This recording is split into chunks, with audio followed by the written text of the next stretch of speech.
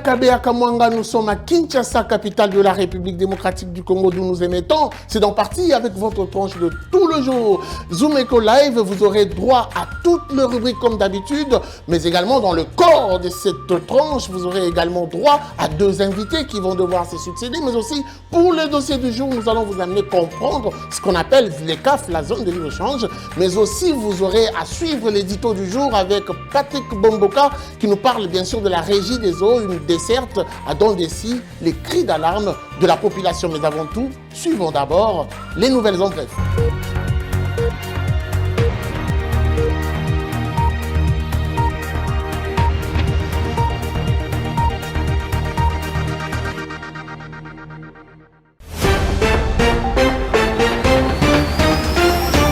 Commençons ces nouvelles en bref avec cette information dans le cadre de la lutte contre le blanchiment de capitaux ainsi que le financement du terrorisme. L'Association congolaise de banques réitère l'interdiction de retirer de l'espèce au guichet d'une banque ou au distributeur automatique des billets d'une somme supérieure ou égale à 10 000 $ américains. Nouvelle en bref encore, cette fois-ci nous nous rendons au Haut-Katanga. Le gouverneur du Haut-Katanga justement, Jacques Kabula Katoé, a lors de sa visite effectuée ce lundi 5 février 2021, annoncé la relance des activités agro-pastorales de la ferme de Ndakata. Cette ferme est située à plus de 35 km de la ville de Likasi, principalement dans le territoire des Kambové. Poursuivons ces nouvelles en bref avec cette information. Le ministère des Transports, des Voies et Communications vient d'apporter un démenti sur les allégations de l'Association congolaise pour l'accès à la justice qui l'accusait d'irrégularité dans la procédure de passation de marché conclue avec la société Sokin SRL. Pour le ministre Didier Manzenga, la procédure a été respectée et il dit n'avoir violé aucune disposition. Finissons avec cette bonne nouvelle. Oui, on parle du centenaire de l'église kimbanguiste. Guy Luando accomplit sa promesse faite à Simo Kimbangu. Le sénateur Guy Luando Mboya a rehaussé de sa présence aux festivités marquant le centenaire de l'église kimbanguiste ce mardi 6 février 2021 dans la cité sainte de Kamba, située dans le district de Manzagungu, province du Congo central. Un séjour qui a été mis à profit pour mener quelques actions socio-économiques et scientifiques.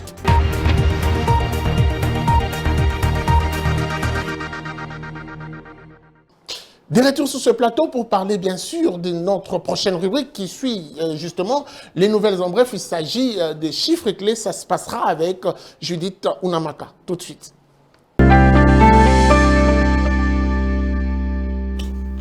Voilà, Judith Unamaka, bienvenue. Merci Guy. Alors aujourd'hui, vous êtes encore avec nous sur ce plateau. Qu'est-ce que vous nous ramenez exactement sur les chiffres clés?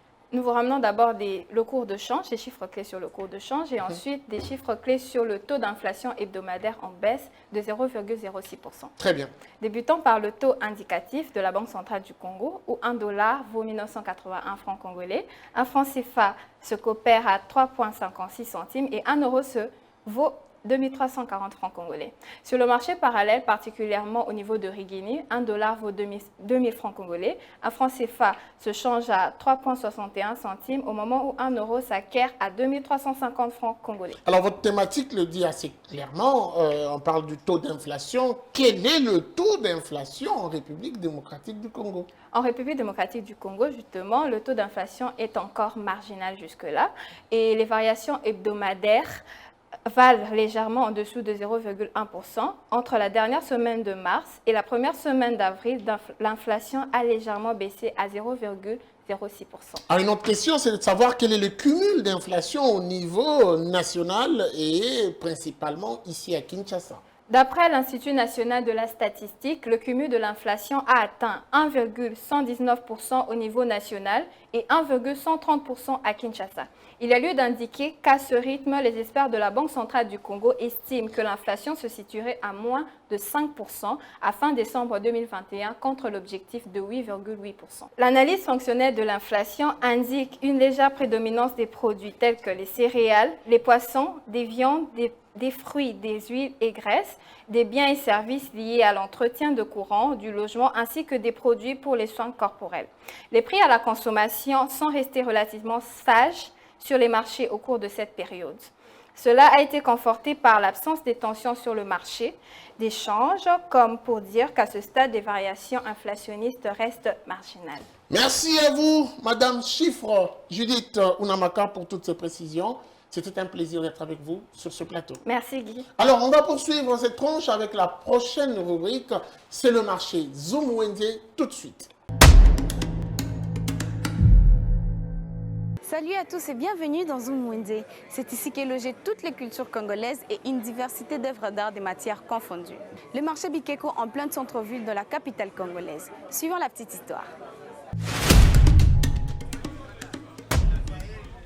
Le marché d'art est situé dans la commune de la Gombe, délocalisé depuis 5 ans de la gare centrale à la place Royale. Ce marché a une particularité de vente d'œuvres d'art représentant la richesse culturelle de la RDC. Ces œuvres d'art sont faites de plusieurs matières, en bronze, en malachite, en argile, en cristal en pierre et tant bien d'autres. On y trouve aussi de tableaux, de bracelets, de masques de tribu Songé, Pende, Ngwaka, pour ne citer que cela. Ce marché est donc un miroir qui reflète la richesse de la culture congolaise. Pour aujourd'hui, on vous donne le prix des différents masques de quelques tribus de la République démocratique du Congo. Le masque Luba revient à $40. Le masque Chokwe à $25. Le masque Pende, une spécialité du Bandundu, cela coûte $25 et $50. Le masque Rega coûte $30. Masque Loa, identité du Kasaï, coûte $35. Une richesse de l'Équateur, les masques Ngwaka se vend à $40. Le chapeau traditionnel de Bayaka se vend à $15, un petit, et $20 pour le grand. Et enfin, le chapeau traditionnel de Bakuba à $35. Voilà, c'est fini pour aujourd'hui. Zoom Wendy vous donne rendez-vous très prochainement. Zoomeko revient sur la compréhension du dossier ou cette question de la ZLECAf, puisqu'il faut une meilleure compréhension. Oui, le Sénat a finalement voté la loi au sujet de cette zone de la libre-échange. Nous en parlons aujourd'hui sur ce plateau avec Judith Piombo. Bienvenue. Merci. Alors, remontons la mèche, la petite histoire, la ZLECAf. Qu'est-ce que vous nous ramenez aujourd'hui ? L'accord portant création de la zone de libre-échange continentale africaine a été signé le 21 mars 2018. Okay. Vous allez entrer en vigueur le 1er janvier 2021. Une date d'ailleurs qui a coïncidé avec la nomination du président de l'Union africaine, Félix Tshisekedi.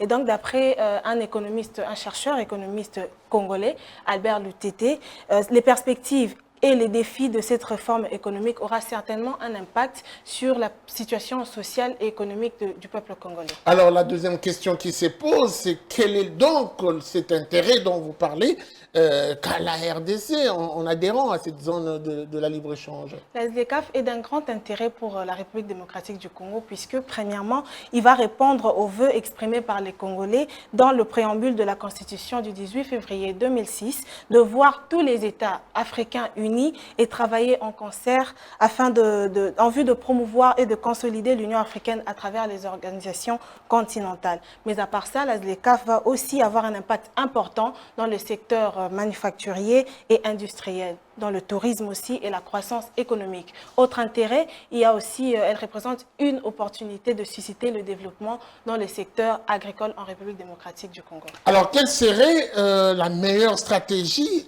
pour la mise en application de cette zone de la libre-échange? Selon certains chercheurs, il faudrait sensibiliser les pays qui ont un fort potentiel économique, tels que la République démocratique du Congo, l'Égypte, l'Algérie, le Nigeria, s'il ne faut citer que eux, afin qu'ils puissent restructurer leur économie dans le but d'accroître la compétitivité de leurs entreprises et augmenter la production. Et à cet effet, donc, il faudrait engager les réformes vigoureuses suivant 4 axes stratégiques. Premièrement, la transformation des structures socio-économiques héritées de l'époque coloniale. Deuxièmement, la rationalisation et la modernisation de l'administration publique par la redéfinition des cadres organiques, la compression des effectifs et la réinsertion sociale du personnel pléthorique à travers les sociétés compétitives à promouvoir dans différentes branches économiques. Troisièmement, la réforme fiscale par la suppression des taxes non rentables qui alimentent plus les tracasseries.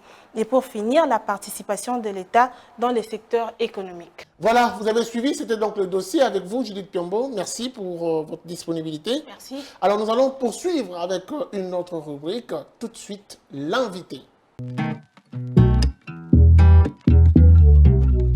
Monsieur Litsani Choukran, bienvenue. Merci. Alors, vous êtes directeur général de Politico.cd et en même temps journaliste. Nous aurons peut-être la chance d'avoir tous les deux sons de cloche, mais commençons par vous. Exactement, qu'est-ce qui se passe? Bon, une épidémie, on va dire, en fait, généralement. Il y a quelques jours, j'ai l'habitude de tweeter sur mon compte personnel, qui est aussi un compte où je relaie parfois des informations de journalisme. Alors, j'observe une situation. M. Peter Pham, qui était l'ancien envoyé spécial des États-Unis dans la région des Grands Lacs, et M. Tibor Nagy, qui était l'assistant secretary au département d'État américain pour les affaires africaines. J'observe que, voilà, ça fait quelques semaines qu'ils ne sont plus en fonction. D'abord, Peter Pham a été retiré du Congo pour être nommé envoyé spécial au Sahel. Ensuite, après quelques mois seulement, il est retiré, il n'est plus en fonction, il est au chômage en fait, du point de vue de son emploi dans la politique américaine. Et aussi M. Tibor Nagy, qui lui aussi n'est plus en fonction. J'ai dit, ah bon, pour moi, les deux sont en chômage vis-à-vis de la politique américaine au Congo, et je l'estime, ça c'est mon avis que j'ai toujours partagé, ceux qui me connaissent le savent, je n'ai jamais été pour la politique que ces deux hommes ont surtout incarné dans notre pays. Bon, je fais ces tweets. À ma grande surprise, je vois d'abord M. Tibor Nagy réagir. Il me dit « Je ne suis pas en chômage ». Il a expliqué qu'il travaille dans une petite bibliothèque quelque part, mais bon, ça son aise s'il estime que c'est une promotion par rapport au fait de travailler pour le département d'État.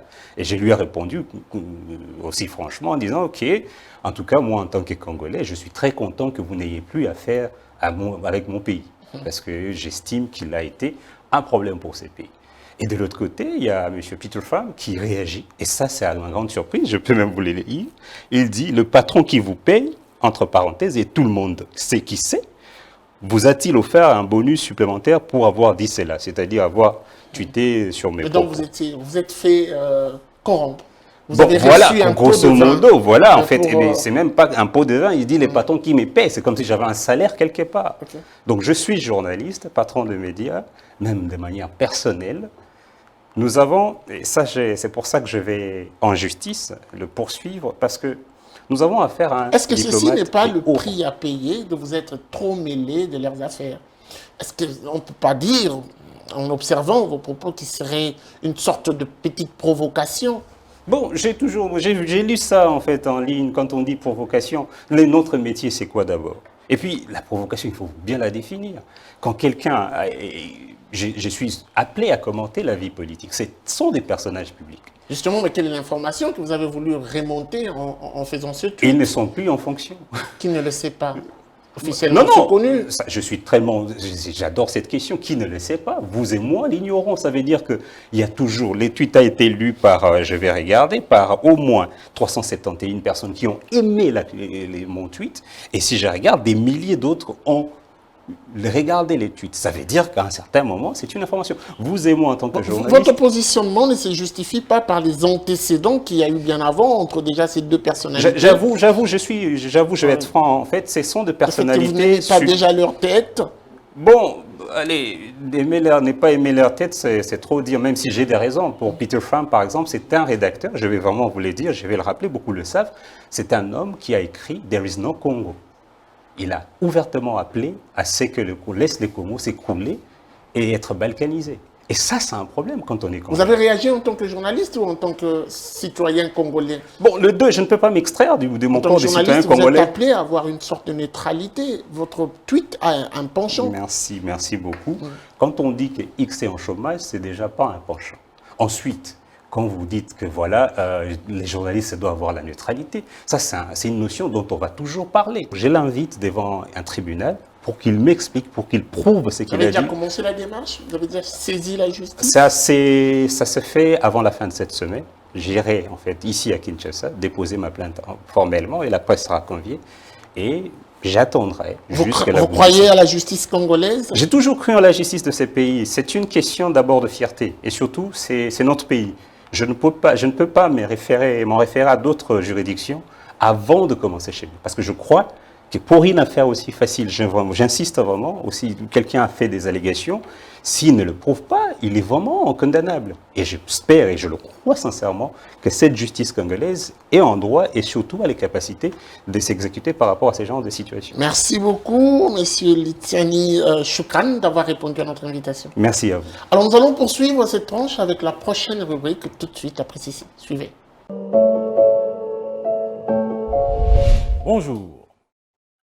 La pénurie d'eau qui caractérisait il y a quelques années les zones périphériques de la ville de Kinshasa devient une réalité bien vivante de la partie de la ville dite urbaine. Il est devenu courant de retrouver des quartiers entiers sans eau au robinet. Des communes rurales aux communes urbaines, l'eau potable devient une denrée rare. Quels sont les problèmes à la base de cette desserte en dents de scie? Qui en sont les responsables? Quelles en sont les causes? Comment remédier à cette pénurie qui se transforme en véritable casse-tête pour les populations quinoises?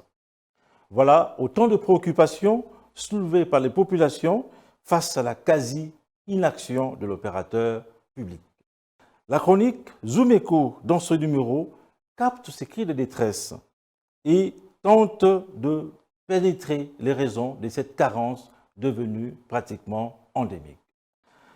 La Régie de distribution d'eau est donc une entreprise publique chargée de la distribution d'eau potable sur l'ensemble du territoire national, tant en zone urbaine qu'en zone rurale. Elle a été créée en 1939. Mais pour une entreprise chargée de mettre à la disposition de la population de l'eau potable, les résultats semblent mitigés, tant la desserte pose problème, sans évoquer la qualité même de cette eau distribuée qui semble loin d'être de l'eau potable. La Régie des eaux est en effet plongée dans une crise liée à 3 grands problèmes. Le premier concerne les infrastructures de production et de distribution d'eau. Quand les usines de captage d'eau brute prennent de l'âge, il leur faut de nouveaux matériels et de nouveaux équipements afin de préserver leur capacité de production avec un volume qui corresponde à la demande. L'insuffisance d'équipements de pompage fiables occasionne souvent des arrêts de production. Le deuxième problème se rapporte à la créance de l'État vis-à-vis de la Régie des eaux. Cette dette se compte en plusieurs millions de dollars. L'État propriétaire de l'entreprise consomme de l'eau et peine à régler les factures de la Régie des eaux.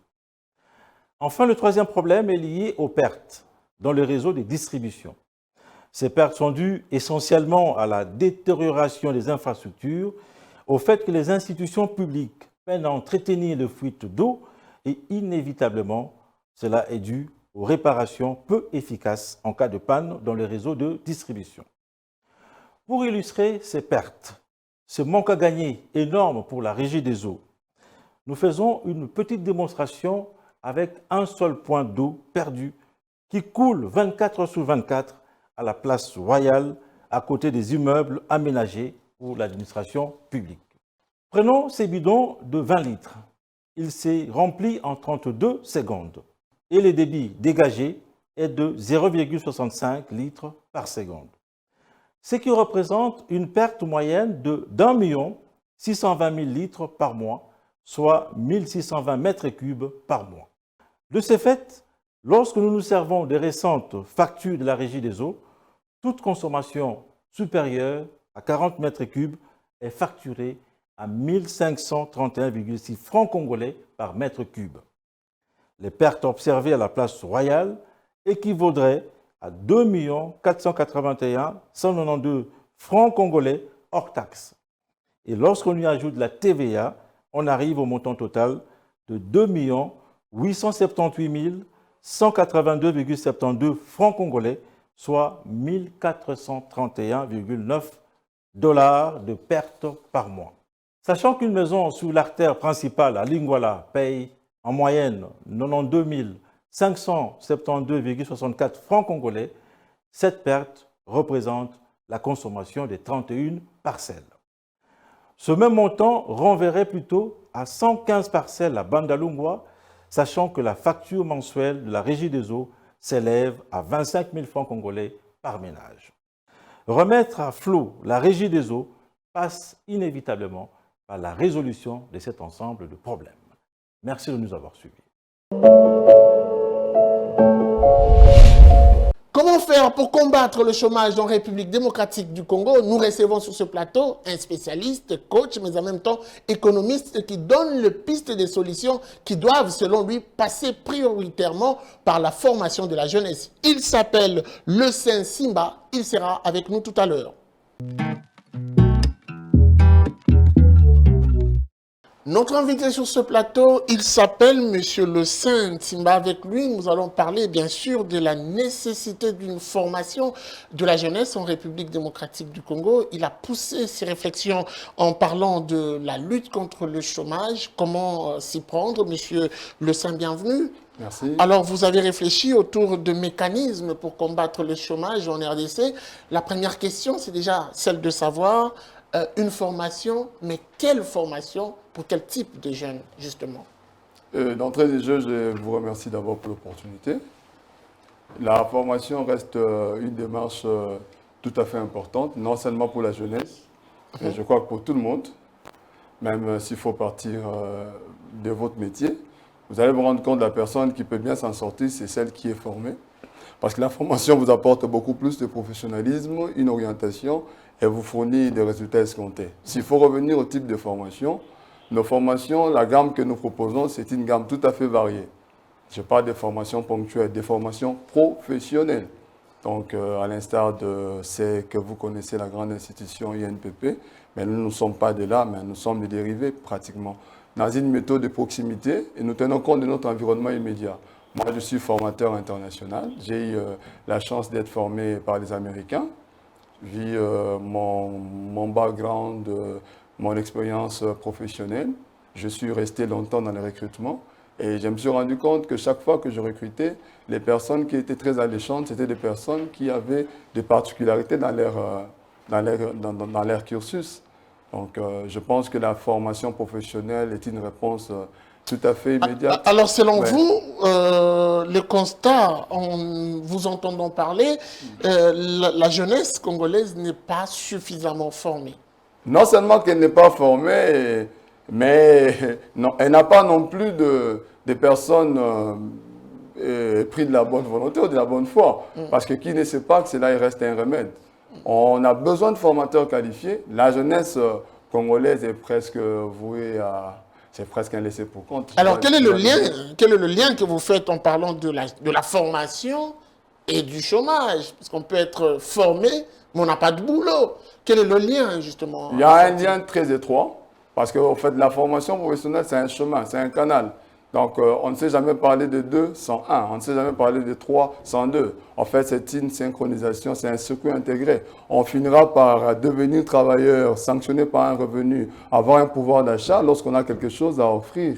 Lorsqu'on n'a rien en échange, les mondes ne te donnent rien. En fait, la formation, c'est presque ces substances-là qui... La réalité, vous êtes jeune également, vous êtes sans ignorer que la réalité congolaise, elle est tout autre. Elle s'est contredit un tout petit peu à votre logique, puisqu'il y a de jeunes qui sont formés en République démocratique du Congo, qui n'ont pas d'opportunité de travail. À ce moment-là, la formation a joué son rôle, a récupéré sa place, mais seulement le chômage continue à battre son plein. Comment faire pour contourner cette réalité? Je pense que nous sommes dans un État. Je crois que je suis économiste de formation. On nous a parlé des responsabilités de l'État. Vous êtes sans ignorer que chacun doit jouer son rôle dans une famille. Il y a des personnes qui doivent amener ce qu'ils ont, il y a les autres qui vont aussi amener ce qu'ils ont, et on peut finalement composer un tout. Donc, la formation, en ce que je sache, là où moi je m'attelle, c'est une prédisposition. Permettre à ces jeunes qui devraient être utilisés d'avoir quelque chose qui finalement permettra à l'État de prendre soin de ces jeunes. Merci beaucoup, Monsieur Lecin Simba, d'avoir répondu à notre invitation. Merci, monsieur le journaliste. Alors, nous allons poursuivre après notre invité. Il y a une rubrique, la prochaine, tout de suite. Suivons-la.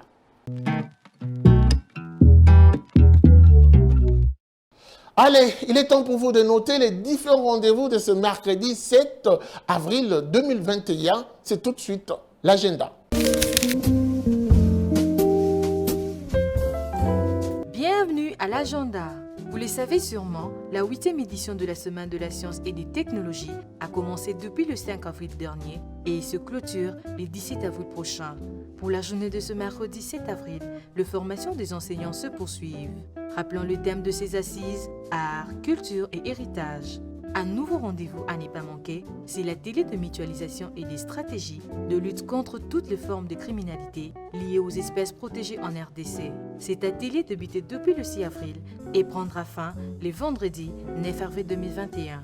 Dans vos agendas, notez aussi que Target SRL organise une formation en ligne ce vendredi 9 avril 2021. Elle a pour thème notions de base sur les études de marché.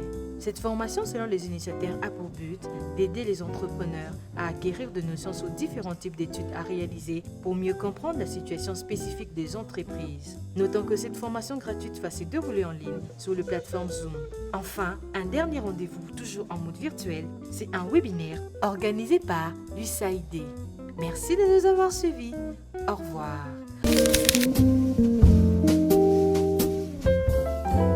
La débrouillardise à Kinshasa, on en parle encore. Aujourd'hui, spécialement, notre numéro article 15 fera un focus sur cette vendeuse rencontrée qui nous a ouvert sa porte, mais également qui a voulu partager avec nous son expérience. C'est une vendeuse des épices. Elle est au micro de Benita. Tout de suite, article 15.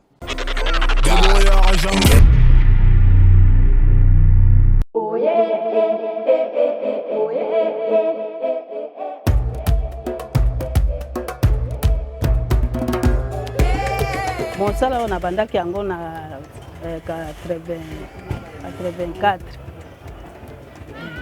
nde nabandaki na mosala oyo tozalaki na seli ya mobutu tozalaki na yango bien sûr ezalaki pasi me okoteka oke kosomba chere oteki mpe chere bato basombi obonika mwa bénéfice me ntango oyo eloko lisusu ezali tobimaka na 5 heures tokati kobima na 5 heures mpo na papa Kisekedi alobaki mpo na makambo oyo toza na yango ya couvre-feu tokomi kobima na 6 heures oke osomba biloko ntango mosusu okobima kuna na 7 heures oye awa oteki 18 heures oza oblige okanga ozonga ndako.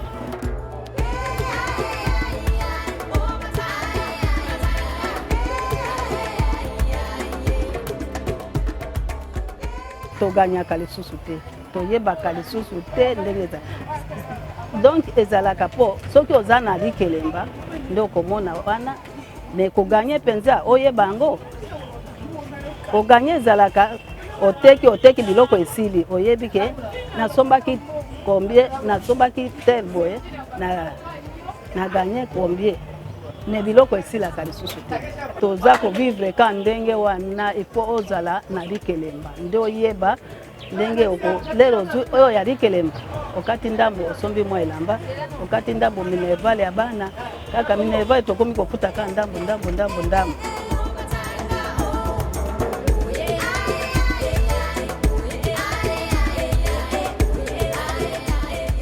mwasi oyo atikali na ndako nayebi te mpona bamibali na bango baza kovivre ka ndenge wana nakoki koyeba na kati ya bandako na bango ndenge baza kovivre bamosusu bazomona pasi posibilité sikoyo ya kotelema mwaye oyo ya mobali apesa ye ekoka na salaire wana bamibali na biso bazwa omona bamosusu conseil oyo nga nakopesa bango na ntango mosusu ekokoka ndenge ye azozwela mbongo te.